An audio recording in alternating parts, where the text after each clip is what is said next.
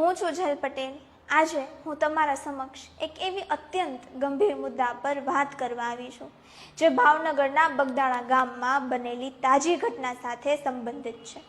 દુખિયારાઓના બેલી એવા બાપા સીતારામનું વિશ્વ વિખ્યાત આશ્રમ જ્યાં આવેલું છે એવા બગદાણામાં નવનીતભાઈ ઉપર જે રીતે હુમલો થયો છે તે ઘટનાને હું સૌથી પહેલા સખ્ત શબ્દોમાં વખોડી કાઢું છું અને સાથે જ નવનીતભાઈને વહેલી તકે ન્યાય મળે એવી આશા અને સાચા આરોપી ઉપર કડક કાર્યવાહી થાય એવી માંગ કરું છું। સાથે જ આ ઘટનામાં પોલીસ અધિકારીઓની કામગીરી પર પણ હું ગંભીર સવાલો કરું છું। મારા શબ્દોમાં આજે આક્રોશ છે કારણ કે હું જોઈ રહી છું કે કાયદાના રક્ષકો જ આરોપીને છાવરી રહ્યા છે અને સાચા અને નબળા લોકોને દબાવવામાં આવી રહ્યા છે।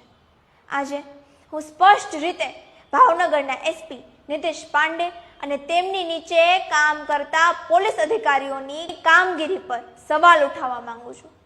સૌથી પહેલા તો આપણે એસપી નીતિશ પાંડે છે કોણ એની પર એક નજર રાખીએ તો 1/10/2020 રોજ નીતિશ પાંડેની જામનગરમાં ડેપ્યુટી ડીએસપી તરીકે નિમણૂક કરવામાં આવી હતી। તમને જાણીને આશ્ચર્ય થશે કે આ નિમણૂક પાછળ પરિમલ નથવાણીની હોમ મિનિસ્ટરમાંથી કરેલી સ્પેશિયલ ભલામણ હતી।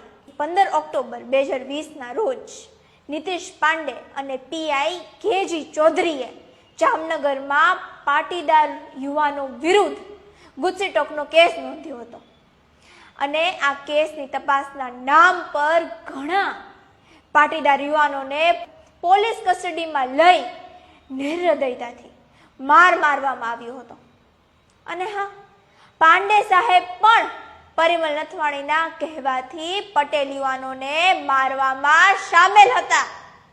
તેના ઘણા પુરાવા પણ છે આપણી પાસે। તે વખતે પાંડે સાહેબ મીડિયામાં મોટા નિવેદનો આપતા હતા કે આ ગુસ્સીટોકનો મુખ્ય આરોપી જયેશ પટેલ છે, પણ જ્યારે લંડનની કોર્ટમાં જયેશ પટેલ પર પ્રત્યાર્પણનો કેસ ચાલુ થયો ત્યારે ભારત સરકારે લંડનની કોર્ટમાં કહ્યું કે જયેશ પટેલ પર ગુસ્સીટોકનો કોઈ જ કેસ નથી।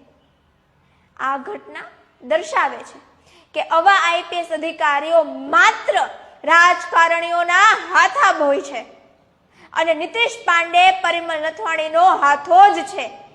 જામનગર પછી પાંડે સાહેબની બદલી દ્વારકા થઈ અને 6 એપ્રિલ 2022 થી 18 ઓક્ટોબર 2025 સુધી તે દ્વારકાના એસપી હતા। આ બદલી પણ પરિમલ નથવાણીએ જ કરાવી હતી। આ નીતિશ પાંડે સાહેબને ભારતના હોમ મિનિસ્ટર એટલે અમિત શાહે મેડલ આપ્યું હતું તો કે શેના માટે? જામનગરમાં પટેલ યુવાનોને મારવા માટે। વિચાર કરો, નિર્દોષ યુવાનોને મારવા બદલ મેડલ।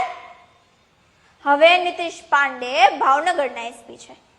29/12/2025 રોજ બગદાણા ગામના નવનીતભાઈ ઉપર જે હુમલો થયો, આ હુમલામાં નવનીતભાઈના હાથ પગ ભાંગી નાખવામાં આવ્યા છે અને માથા પર પણ ગંભીર ઈજાઓ થઈ ગઈ છે। નવનીતભાઈએ બગોદરાના પોલીસ સ્ટેશનમાં ફરિયાદ નોંધાવી હતી જેમાં તેમને સ્પષ્ટ શબ્દોમાં લખાવ્યું હતું કે મારા ઉપર હુમલો કરાવનાર જયરાજભાઈ માયાભાઈ આહિર છે, તેનું નામ એફઆઈઆરમાં લખો।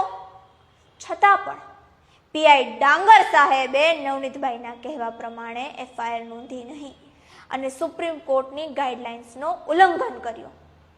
શેના માટે?